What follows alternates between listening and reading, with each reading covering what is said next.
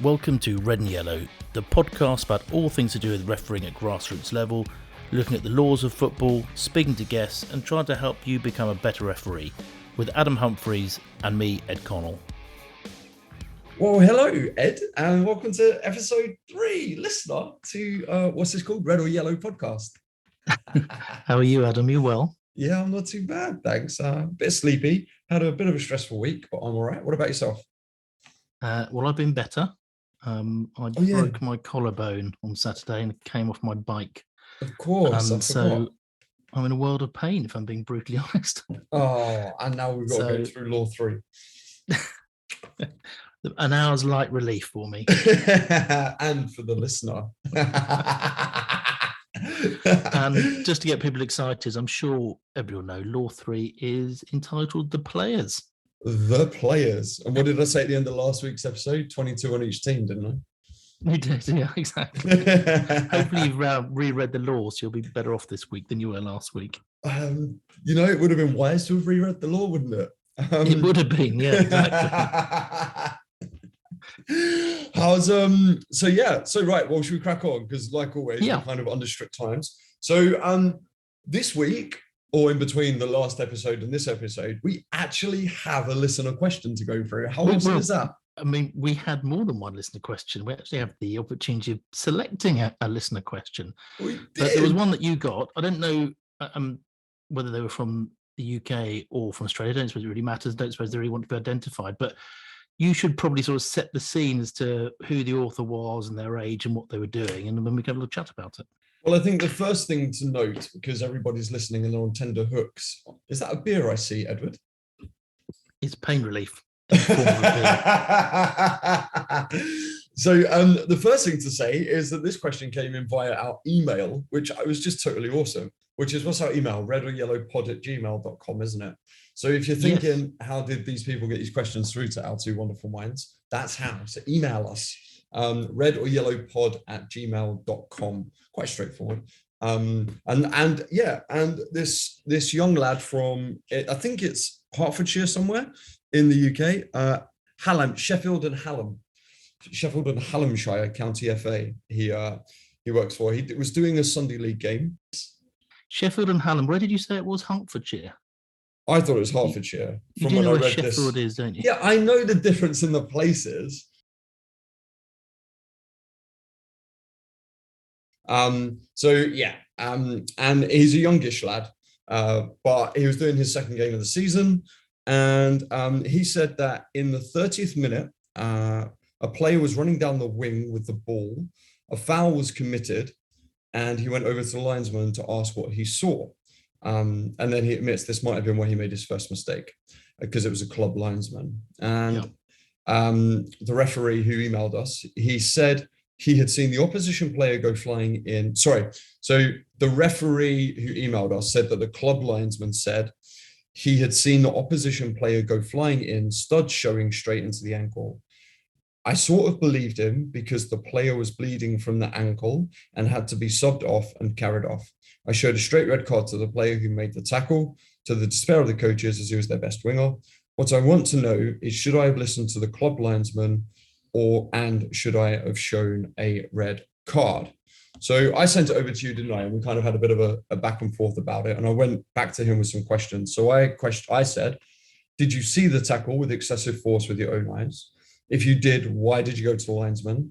And if you didn't see a tackle with excessive force, what did you see? And he replied with, I saw the tackle, but wasn't certain if it was excessive force. I went to the linesman just to confirm, but it was probably a silly thing to do with a club linesman. I had a lot of different things going through my mind, which is totally understandable. And it was his first red card I think he's ever given. And that's kind of the context of the situation.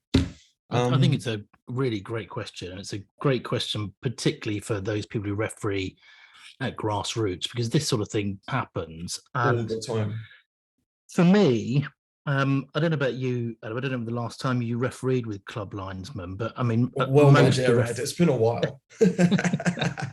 Well, most of my refereeing involves either club linesman or no linesman at all. Yeah. And that does create real problems. If I've got club linesmen, I always have a chat with them beforehand. I want to make sure I know their level of understanding of things like the laws. Right. And I usually say I'm principally interested in offside decisions. That really would be what I'd really like to help you with.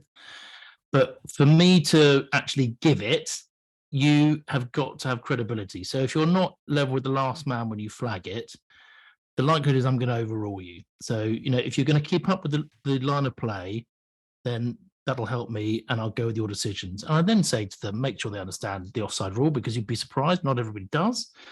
And I then will say to them, look, if you see throw-ins or you see corners, either the ones that are close to you, we have a good view of them, then by all means flag them. But if you don't see them, don't guess, because I'll do that. I'll be able to make the decision myself. And finally, I always say to them, I'm not interested in free kicks or fouls or anything like that sort, because they're not properly trained. They don't understand the laws. And I think it's just a dangerous game if you start inviting your assistants to start giving those sorts of decisions. And I then go and tell the captains exactly that. And I'll say to them, you need to understand, we've got club linesmen. I've told them that I'll give the decisions if I think they're in the right place. Otherwise, I'll overrule them and I'll audibly tell you that I'm overruling them. I've told them about throw-ins and corners, but I've told them no fouls. So everybody kind of knows where you are from the outset. I mean, I completely agree with what you're saying. I think also what I would say is the only reason in which we know this is because we've also been that person on that field at that time, right? So we've all made this mistake to start with, and we've all had to learn to be able to tell club linesmen, you ain't giving me fouls. And I would literally say that. I'd literally give them a flag. I'd go corners, throw-ins. If it's near you, that's all I need you for today. I'm in charge of this game. I don't need you getting involved. End of discussion. And I'll say that in front of the captains on the pitch as well. And you might think that's a bit rude and a little bit, I don't know, a little bit uppity, but I just think it sets the stall out clear. It's like, look, it is clear. I don't want to get into a discussion with them about if they understand offside. Sorry, that's a lie. I do also ask for them for offside, but I also go, look, like it is what it is. Like you play to the whistle with offside. That's it. Just because that flag goes up doesn't mean it's offside, because I'm going to make that call based on their information. They're more advising me rather than telling me. The good thing about communicating to that to everybody at the start is that if the flag goes up, as it frequently does, for an offside decision where they're miles away from the sort of the last man, and I immediately shout very audibly, play on, not offside. Yep. And most people, to be fair to most players, when they look across and see where the position of the your assistant is and see they're miles away, they fully understand as to why you've made that decision. But I think the biggest problem here is that I was always told that you only give what you see, and here he was. He didn't see a red card. That's the bottom line. Yeah, I wasn't sure it was a red card, and so the bottom line for me is he shouldn't have given it. Now the question then is as to how you manage that situation, because I think there are lots of things that flow from that. I think the first thing that I would do, and I think I learned this from you and from other referees, is that if you're honest with the players and explain what your position is, that they will understand it. So, I've been in positions before where, people have shouted for a foul or a throw in, and I've simply had to explain to them that I didn't see it. If I'd seen it, I'd have obviously given it, but my view was obstructed or didn't have a great view of it. And I'm not going to give things which I don't see. And I think people kind of respect that if they, because you're just really telling them I've got my limitations. Yeah. And I think the thing we then discussed about was, if he was going to go and speak to the assistant, and I personally wouldn't have done, but I can see why some people might do that. I think I'd have thought about how I might have sold that a bit better. So I think I might have said to, the captain, in my view, that was a red card. It was a dangerous tackle. But I appreciate the assistant was very close to it. I just want to make sure there's nothing he's going to say that's going to suggest I've got it wrong. Yeah. So I think with this, firstly, fundamentally, it seems like to me, if there's blood on the ankle and the guy had to be stretchered off, chances are it probably was a tackle of excessive force. I'd probably say as well, in the context of probably what happened in that moment when that tackle went in, that probably sold it to the referee a little bit more that, hang on, something serious has happened here, and therefore I need to react to what it was.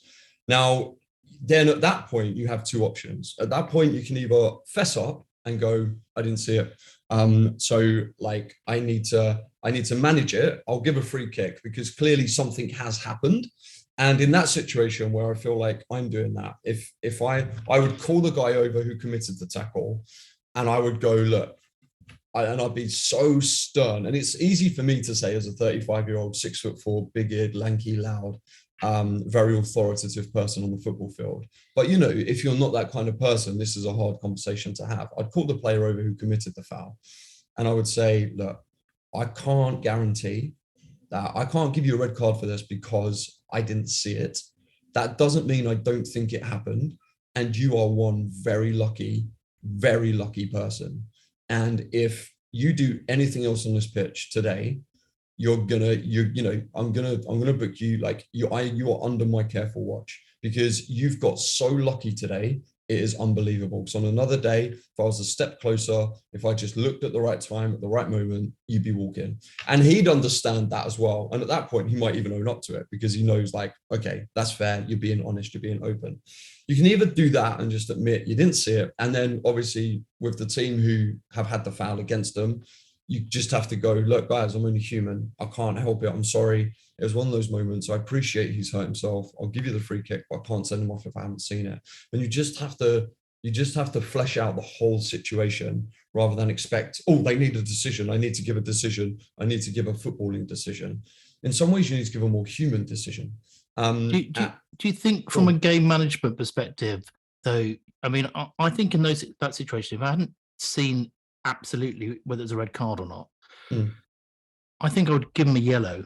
Yeah, and that's what I was about to say. I would also, sorry. I wasn't, but you're right. And then the other thing is a lot of people will be happy as long as you take action.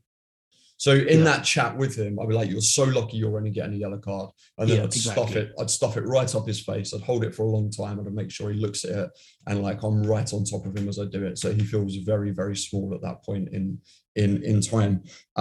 Just so that he knows that I won't accept tackles like that, whether I've seen it or whether I haven't. That I'm not accepting behaviour like that on this football pitch. And so you definitely need to be seen to do something in situations like that. Players and managers and everyone, they seem to get more annoyed when you don't do something as opposed to if you do something. So was it a red or was it a yellow? It probably was a red. I reckon he probably got the right decision, but if he didn't see it, it's hard for him to actually give it. So therefore, give a yellow. You've given something, you said, I'm not accepting this, you've put up your tolerance level, and that's that, job done. The only other option he had was to just lie about it, was to go, yeah, that's fine. Like without seeing the club linesman, or the club linesman was probably going, oh my God, it's a bad tackle, it's a bad tackle. Just run over, judge the situation and go, I reckon on balance here, it probably is a red, and just give the red and go. And so that's a much harder sell, and you have to be very confident in that. And I wouldn't advise doing that very often. Personally, I'd advise going route one rather than the second route there, because I don't think we're in a good place when referees start lying about decisions. No, I agree with that. But I think that if you are going to go down route two and you're pretty sure it's a red, but your view wasn't brilliant, a great tip I've given by, senior referees that I've refereed before, been assistant to before, is they all say don't rush into decisions, all right? Because sometimes, for example, you can walk over there, you can see by the reaction of everybody that was close to it that it was an outrageous tackle. Yep. And you can judge from the players' reactions that it was a definite red. I know you didn't see it, but I think sometimes it just, sometimes you're very keen to start taking action straight away. And I think sometimes you just have to sort of take a moment, take in the situation, and then make a decision. And as I say, sometimes the reaction of the players and the people on the sidelines who saw it will help you come to the right decision, whether or not you saw it. And also players. Oh, what was I going to say? Completely lost my train of thought. I've had a brain fart there. Oh, sorry. Players really often tell you decisions. So when it comes to throw-ins, when it comes to goal kicks, corners, stuff like that, I'm always saying to my assistants that we don't need to give the decision.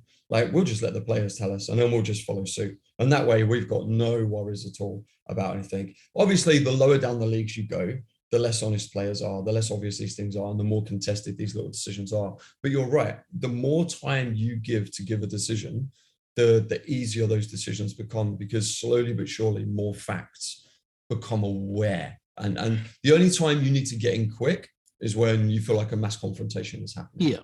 And that's when you need to step in and really kind of get to the situation quickly. But But before all of that, you're right. Take your time, think things through. If you're going to go to the linesman, and the only other thing I'd say here as well, and I do this with my actual linesman, is I don't ask them, like I had one last season at Runaway Bay, and player went down, there was a collision. I didn't see it.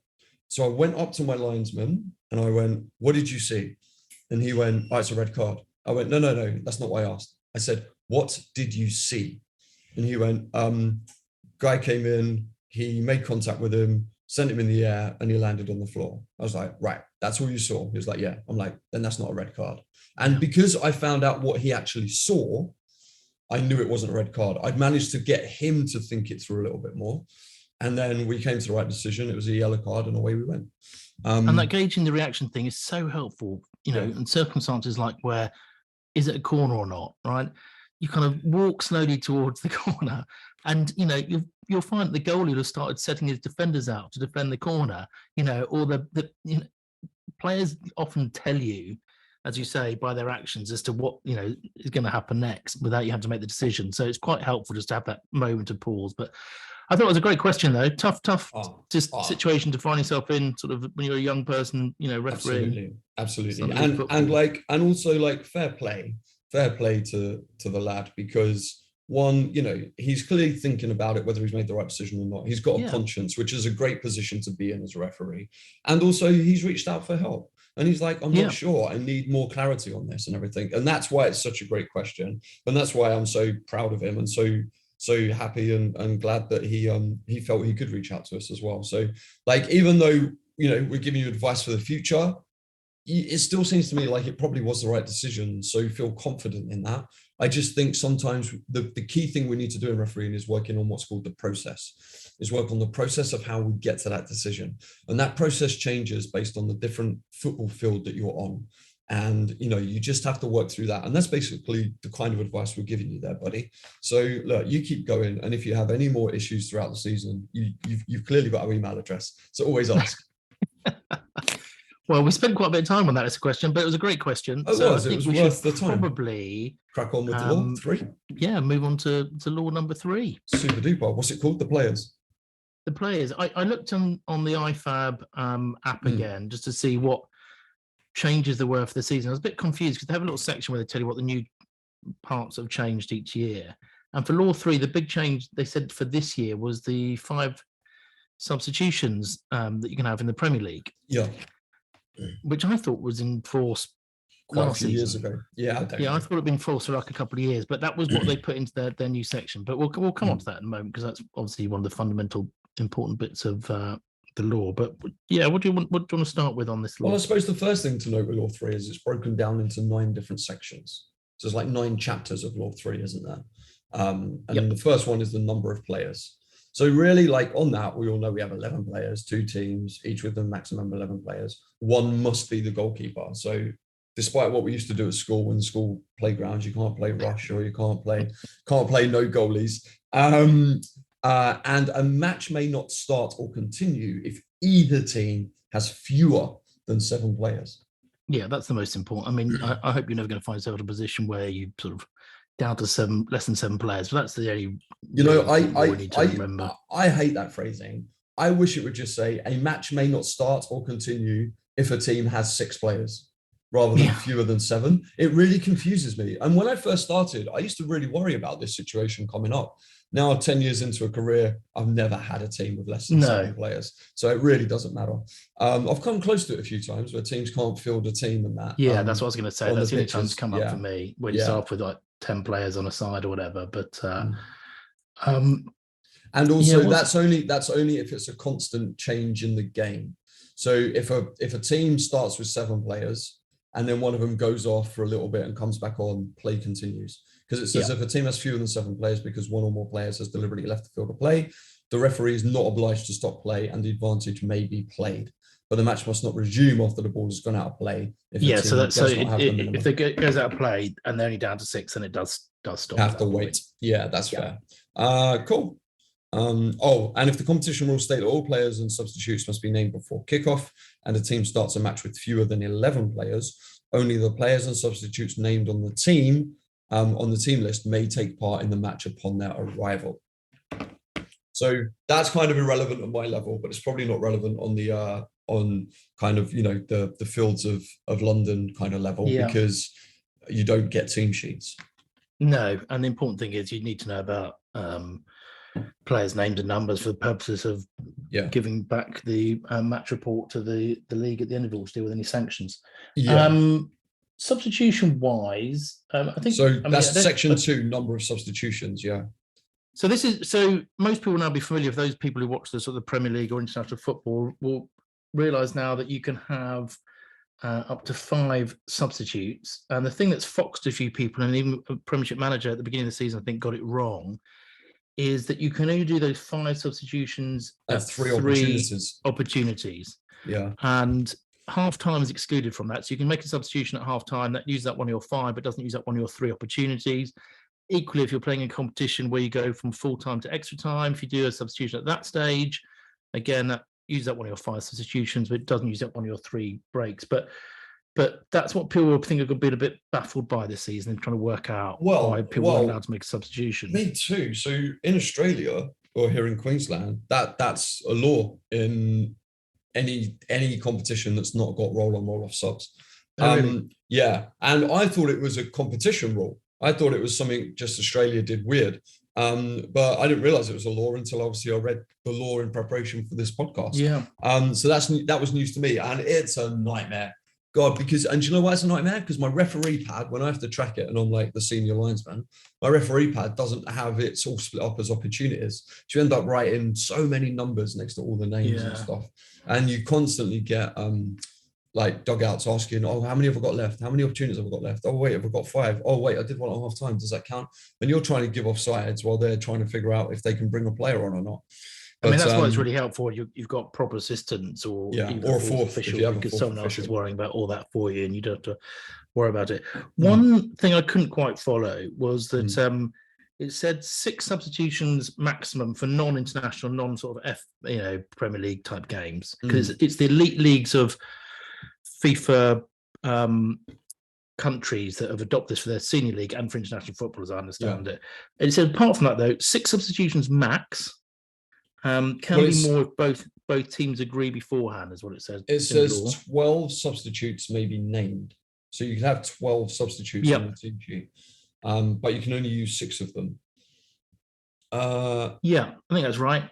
But you can use more if both teams agree in advance, and it's not banned by the rules of a particular competition you're refereeing in. If the referee is not informed or if no agreement is reached before the match, each team is allowed a maximum of... So if the referee is not informed or if no agreement is reached before the match, so that would mean if it's not in your competition rules. Yeah, it's not in your competition rules, or if it's friendly in both teams. You're allowed a maximum of 6 substitutes. Oh, isn't that interesting?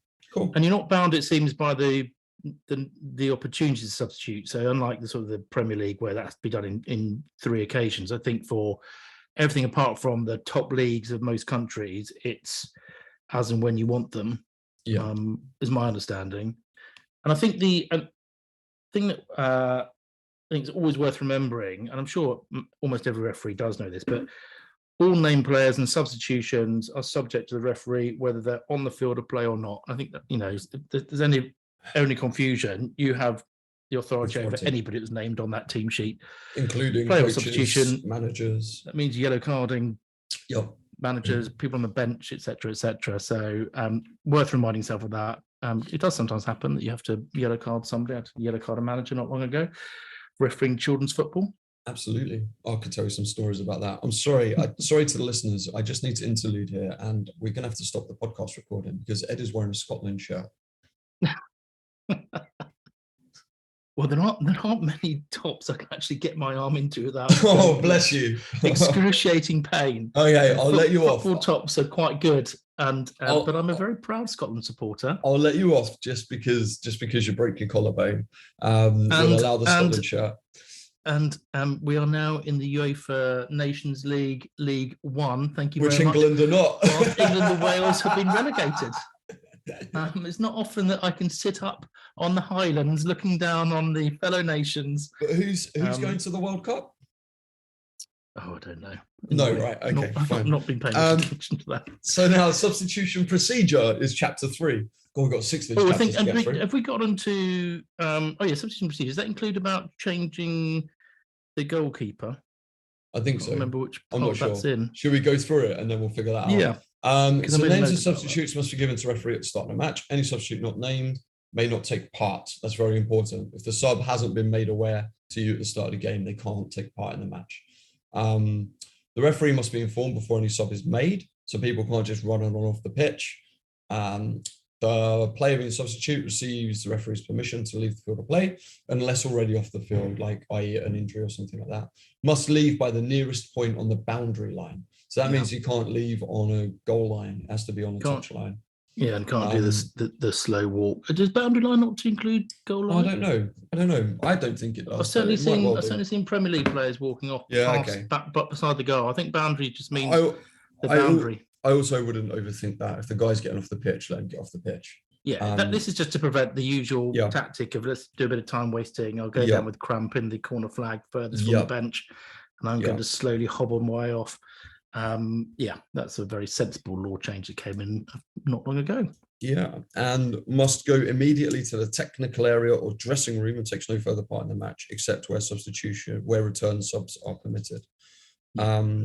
If a player who is to be substituted refuses to leave, play continues. So if you got like that striker who doesn't want to come off, like a Paolo Di Canio, then you just carry on no matter what. Or when Kepa refused to go off in the FA Cup final. That's a more up-to-date reference. Was it by Conte or Sarri? I can't remember. I can't remember. We've had so many managers over the last few years. So, and this is the other important thing. The substitute only enters during a stoppage in play at the halfway line, which even at my level, substitutes still don't seem to remember that. And it's really annoying. After the player being replaced as left, and after receiving a signal from the referee. Now, that halfway line one on the fields, on the grassroots level, is very difficult to enforce. Yeah. I wouldn't waste time trying to. No. But yeah, anything higher than that, it's got to happen at the halfway line. Not 2 yards from the halfway line, not in front of the technical area, on the halfway line. I'm very pedantic about that, much to many substitutes' annoyance.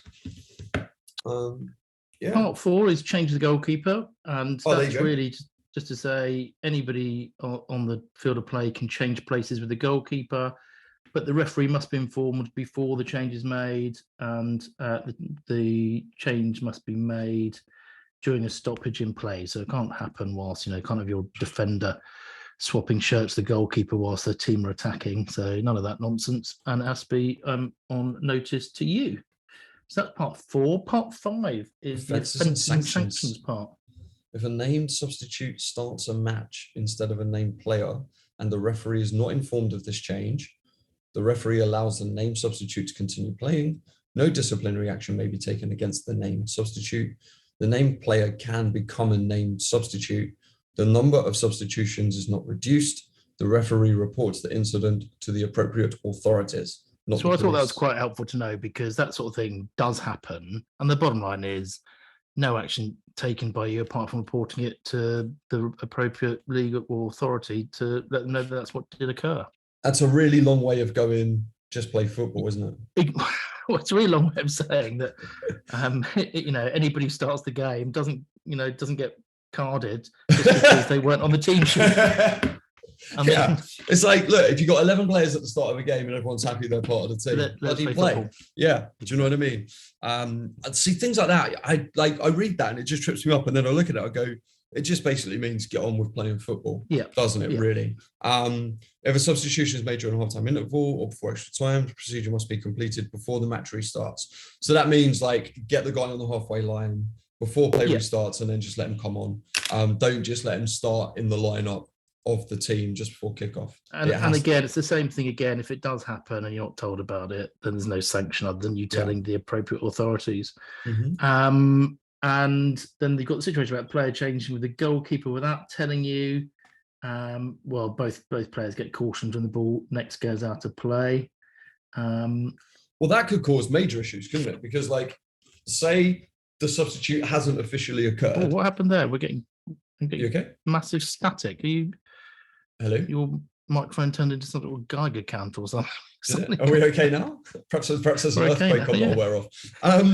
So that could cause massive problems, though, couldn't it? Say two players in the middle of a game want to change substitute and they haven't informed you, and like a centre back then becomes a goalkeeper, but it's not officially been done, and a shot goes in, and then the centre back decides to save the ball because he's now not officially the goalkeeper. Well, then you've got a red card. Let's just pray that doesn't happen. Also, what I would say there is if you end up in that situation, then really that's the fault of the referee. Because if you see two players changing as like goalkeeper, centre back, whatever, just blow your whistle, stop play, no matter what, and get it done properly. And then card them for not letting you know and for interrupting the game. But just control that situation a lot better. Yeah, I mean, I have had people try and do that.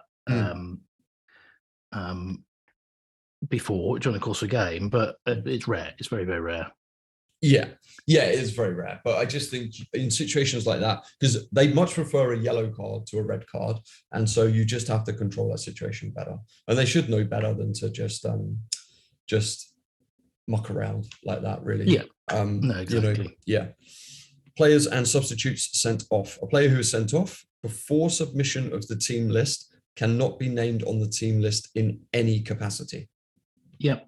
Well, that's fine. Really, doesn't it? Yep. After being named on the team list and before kickoff may be replaced by a named substitute who cannot be replaced. The number of substitutions the team can make is not reduced. So that just basically means, say you started with 5 substitutes, say you started with 7 named substitutes, you've sent one off, you now only got 6 named substitutes to work with. And after the kickoff cannot be replaced, which makes sense because it's a send-off. A named substitute who is sent off before or after the kickoff may not be replaced. That's pretty straightforward, isn't it? Pretty straightforward. Cool. Extra persons on the field of play is part 7. The only thing that always gives me sort of nightmares about this is this horror scenario of a goal being scored by somebody else coming on the pitch or deflecting off another player, or somebody who comes on the pitch. Do you remember the balloon, the beach ball incident at Liverpool? Exactly. It's those sorts of scenarios that would cause you sort of nightmares because you don't refresh your memory. I said don't refresh my memory of this sort of part of the law every time. Are you telling me you don't go to sleep just reciting the laws in your head? These sorts of things do give me nightmares. But I mean, let's try and do this fairly quickly because the reality is you probably ought to go have a read at some point yourself, part 7. But I mean, it simply says here that the coach and other officials named on the team list, with the exception of players substitutes, are team officials. Anyone not named on the team list as a player substitute or team official is an outside agent. If a team official substitute sounds like James Bond, doesn't it? It does sound very dramatic. If a team official, substituted or sent off player or outside agent enters the field of play, the referee must only stop play if there's interference with play, have the person removed when play stops, take appropriate disciplining action. And if player stopped, the interference was by a team official, substituted or sent off player starts a direct free kick or penalty kick. And it was by an outside agent, player starts a drop ball. So this is the bit that gives me nightmares, the last paragraph. If a ball is going into the goal and the interference does not prevent a defending player playing the ball, the goal is awarded if the ball enters the goal, even if contact was made with the ball, unless the interference was by the attacking team. You know, I don't really understand that. So here I'm looking. I had to read it a few times today. Here I'm looking at this going, like, it says, if a team official substituted or sent off player, outside agent enters the field of play, the referee must only stop play if there is an interference of play. I would argue that if there is somebody on the pitch that shouldn't be on the pitch, that is causing trouble, you stop playing. I agree with you. So you never get to that later stage of the situation. I agree. Just stop playing and tell them to bugger off. That's my approach is, if somebody's on the pitch and shouldn't be on the pitch, let's not wait and see if they end up interfering or not. Just blow that whistle before you have to interpret that nightmare last paragraph. Just stop playing. Which I think basically means if it goes in and it's not somebody connected with the attacking team, it's still a goal. That is how I interpret the last. Well, it's basically, because say it's like a defender trying to stop and the ball still goes in, then you shouldn't penalise the attacking team for, like, say a substitute to come on in the middle of a cup final to try and stop a goal. Like the goal would mean more than then you sending that player off to the team who scored the goal. They'd want the goal, so give the goal. But and also just stop the game. As soon as you see someone on that pitch that's not meant to be there. And also, like, you can see intention of someone, right? So you can see where it's a physio just cutting the corner of a corner flag. You probably don't need to, like, as he's coming around to the player, you probably don't need to stop play there. But you can see if there's a streaker on the pitch, or you can see if you know, you've got a random fan on the pitch and they just think it's going to cause trouble. So therefore, just stop play. Yeah. Part number 8. Wait, and then how do you restart play? Just with a drop ball to the team. I just started with drop ball with the team who had possession. That'll do. Part 8, I think we do it pretty quickly. I mean, it just simply says if you re-enter the field of play without getting permission of the referee, then the person gets cautioned for entering the field of play without permission. Now, have you ever given a yellow card for that? I don't think I have, because I don't think I have. No, because technically it's if a guy enters and exits. So but technically a player could get a yellow card for leaving, a yellow card for coming on, and then it's a red card. And it's a bit of, I mean, I wouldn't be given red cards for that no matter who you are. And you shouldn't really be booking. You don't have to book a player for that, really. Normally it might just be management, but it's there if you really need it. If you've got a persistent infringer, if you've got a coach who's coming on to cause trouble, stuff like that.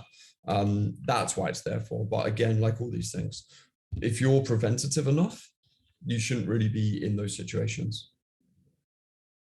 And then part 9 is about where goals are scored where there's an extra person on field of play. My goodness. I mean, this should never happen, because, you know, everybody always counts players whenever there's a sort of break or substitution. I don't know about you, but I'm meticulous about checking.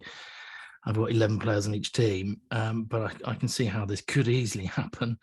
And really, I think what this is saying is if a goal is scored and you discover that there's an extra person on the pitch, but you have to realise that before you restart play.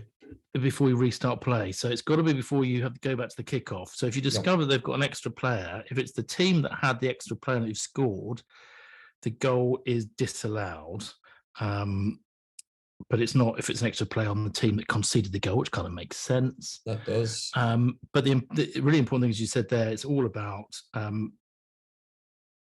when you make that discovery. Because if they've had kickoff and resume play, and then you discover it's too late, you stop the game and have the person removed, and report the incident, but it's not a goal disallowed situation.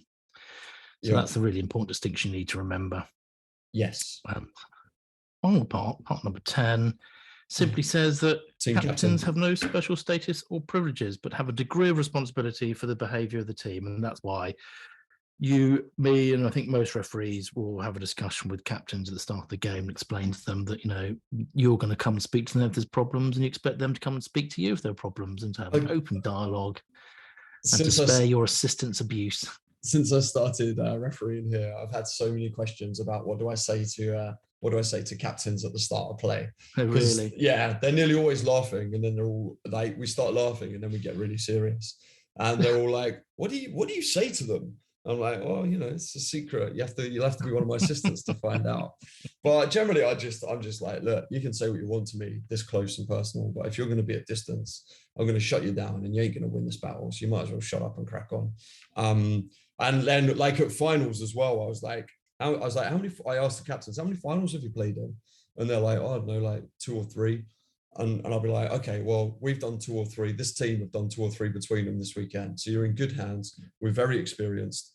So don't you worry, and just let us do our job, and we'll let you do yours. And another thing I like to say to them as well is, you are the reason I have to blow my whistle. I want to get through. I want one of you to win 10-0 today, because it means I don't have to do anything, and it means I've got an easy day. You want to make my life difficult, it's going to make your life difficult. The more I blow my whistle, it's because you're making me blow my whistle. So if you don't want me to blow my whistle, just don't do anything, and we'll have a great game. And they're like, oh yeah, that makes sense. I'm like, great, let's go. Some big school teacher vibes coming across there. Oh yeah, I do get a bit school teacher, I'm a bit policeman-like, I suppose. But it's true, like, it's true. Like, you just have to say to them, guys, I'm only blowing my whistle because I have to, because you're making me do it. So don't look at me when I'm having to stop playing stuff. It's because of you guys. And the more they realize that, the better. The other thing I'd say as well is if you can humanize yourself with captains, it will go a long way with your match control. Yeah.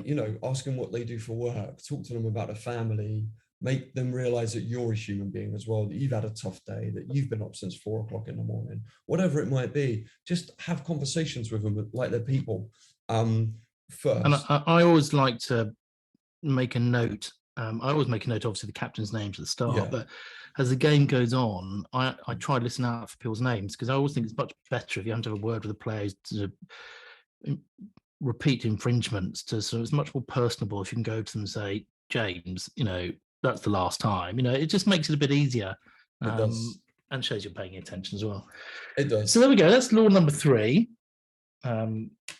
Slightly more practical, really, than laws 1 and 2. Although I wanted to quickly mention, before I give you and we finish my facts and figures, because I've got some great facts and figures for you. Yeah, I think people are on tender hooks for your facts and figures. Well, of course they are. It's becoming. Our post bag is absolutely. It's becoming a sought after feature. I meant to stay at the outset. I had some sort of news stories, just wanted to flag up, and I'm not going to speak about them in any detail, because I've tweeted some from our red or yellow pod today. But just a few things. Firstly, I tweeted today the story about the Arsenal versus Ajax Women's Champions League game that went ahead this week. Did you see about that? No. Having said that, you turn up and provided there are goals there and pitch looks okay, you can play. Well, the Arsenal women, whilst they were warming up, thought this goal doesn't quite feel right, and it was 10 centimeters too short. How is that possible? Well, because they can play with that size goals in the Dutch league, right? But for UEFA, it had to abide by the IFAB laws, so they had to change the goalposts. God, lucky they had them. The Arsenal coach says he's never in all his years ever come across a situation like that. But he said it was obvious to them as they were sort of, I imagine it was obvious to the goalkeeper, who suddenly felt she was able to touch the crossbar without much difficulty. That was the first story. And I tweeted that, so you can go and find that. Yeah, I've just seen it. The second one I tweeted is somebody I follow on Twitter. Is a chap called Craig Bratt. And his Twitter name is Craigie Bratt, B-R-A-T-T. And he posted some footage from his brother. His brother plays football in the States, and it looks like a sort of amateur level league. Oh, yeah. And the referee gave a handball and gave a penalty. But what the referee had failed to spot, or if he hadn't failed to spot, he didn't understand the laws of football. It was an attacker. It was the attacking player. And so Craig, who is, if I remember correctly, the media officer for Crawley Town Football Club here in the UK, right. He was tweeting his outrage at the refereeing standards. And finally, the third thing I was going to mention, Jackie Oatley, who a lot of people follow, but she did she tweeted this week a couple of things. One is a quote from the Man City women's manager, who was asked his opinion about a blatant handball in the box when they were defending, and his response was, "Well, yeah, hit her hand, but the ball was going over the goal." As though to say, it doesn't handballs matter. can only be given for. The worrying thing about that as well is Steph Houghton, who the ex-England captain, is clearly complaining at the referee about the decision as well, and it's like, no, it's definitely a handball. If everybody understood the laws of football, not just the referees, it would be so helpful, because the problem is what goes on is the manager then goes back and says, what a ridiculous decision. The referee gave that handball, the ball was going over the crossbar, and then the fans go away thinking, oh God, the referee's terrible. And if everybody just understood the laws a bit better, we'd be a lot happier. I used to listen to 606 quite a lot on my way home from games and stuff, and it used to drive me insane listening to what's his name, Robbie Savage, trying to interpret what referees were doing and why. Oh, I know. Simply because, and I think anyone who talks about football in the media, i.e. a pundit, if their job is a pundit, they should go and do a bloody referees course.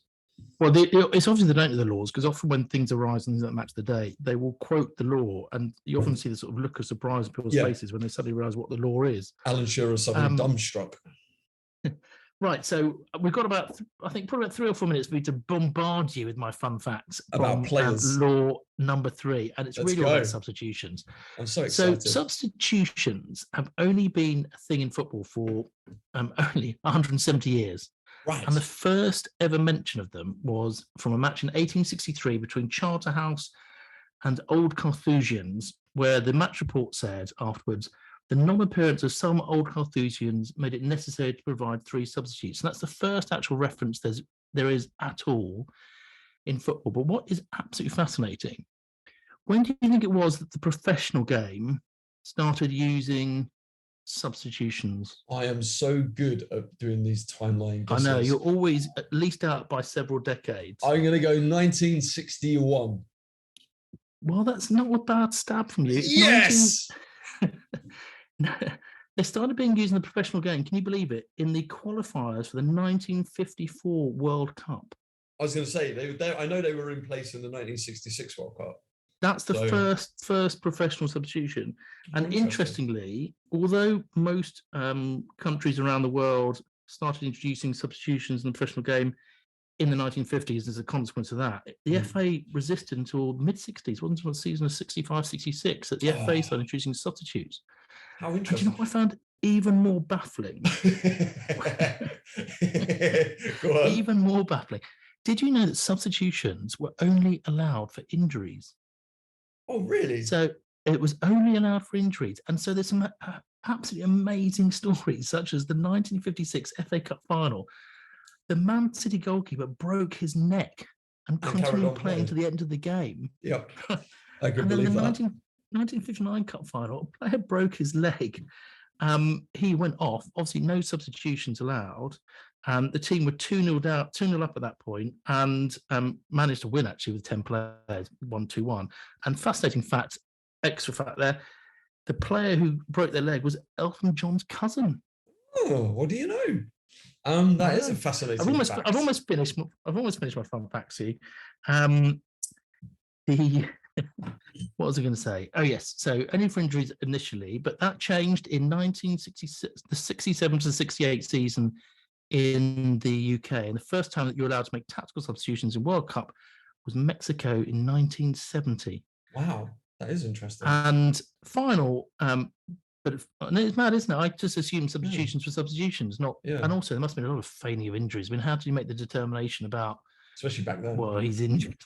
Yeah. I mean, sometimes the sort of leg hanging off, it's obvious, but I'd hate to be the team who played the week after that Man City goalkeeper. It's like, oh, I've really hurt my ankle. Well, excuse me, you ain't broke your neck, so you got to carry on playing. It's bad. But some final facts. So, some famous examples of substitutions changing the game. I think the most famous one is one of Ole Gunnar Solskjaer. Yeah. Man U 1-0 down the European Cup final. I think it was against Bayern Munich. They brought on 2 substitutions: Sheringham, who scored, and Solskjaer, who scored in the 93rd minute. So the 2 subs came on. And my 2 final fun facts about Ole Gunnar Solskjaer are firstly, he was the first Premiership referee to do 5 substitutions at one go. So that's do you mean first Premiership manager, not referee? Sorry, first Premiership manager to do 5 subs in one go, a quintuple substitution. And finally, he holds the record for being the only substitute who's come on and scored 4 goals in a top-flight game of football. Yeah, that doesn't. There we go. Those are my. He's also one of the nicest guys in football. You know, of all that, as fascinating as those facts were, I think we need to come up impressed by how many there were. We need to come up with a jingle, don't we? Ed's fascinating facts. That's what people know to turn off. All that kept going through my head was, so in like 1916 or World War One, when on Christmas Day they played that game without substitutes. Yeah, it doesn't sound they were shorter players though, but I don't know how that. It also wasn't, I suppose, affiliated game football, so who knows? Oh, right, okay, so it doesn't matter. It's probably just a kickabout in no man's land. But I was very relieved to find an article online about some fun facts about substitutions. How interesting. Otherwise, we would have been struggling. Great. Oh, I like it. Fascinating facts. I'm glad you enjoyed it. Awesome. So I suppose we just need to round it off. We need to say thank you for listening and for getting this far into it today. Thank you for those people who've texted in and messages through the Twitter account. There were other questions that came in, and we'll try and answer those individually. We can't sort of do with them all on the podcast, unfortunately. But thank you very much for the guy that emailed in. That was a really, really good question to ask. Get in touch with us. questions or just observations or comments or anything else you want to talk about email is refereeing? redorYellowpod@gmail.com. Twitter is redorYellowpod. We have a Facebook page as well, don't we? We do. Red or Yellow, I think it's called. But if you look up Red or Yellow Pod, I think that'll come up. And so you can message us through that. I'll also link it in the show notes as well for everybody to Perfect. see. And the only other thing to say is, nope, it's completely gone from my head. Oh yeah. Is it about what we're doing with next week? No, not yet. And also feel free to reach out to us personally on our Instagrams or Twitters or Facebooks or whatever. Absolutely. Like we're happy to hear from you. Oh, and the other thing I was going to say is thank you to everybody who shared the podcast. So far, like I reached out to a few people, the referee forum and people like that, and they all shared it for us, which meant an awful lot. And it's actually grown quite considerably, which is pretty awesome. Yeah, no, we really appreciate that. Yeah, so our plays are really high and stuff. It's doing really well. So look, if you know a friend who you think might value the podcast, please share it with them. Please share it with your referee associations or whatever. And yeah, hopefully we're helping to some degree to help you do better on those football pitches. And finally, just a bit of a tease for people next week. Next week, it's the thrilling subject of the players' equipment. Oh, shin pads. I love shin pads. Shin pads, exactly. So that's to look forward to next time. Right. Enjoy the best of your day. I will have a lovely sleep. I hope the arm gets better. No more bike riding for you. No, if it gets in the way of recording podcasts.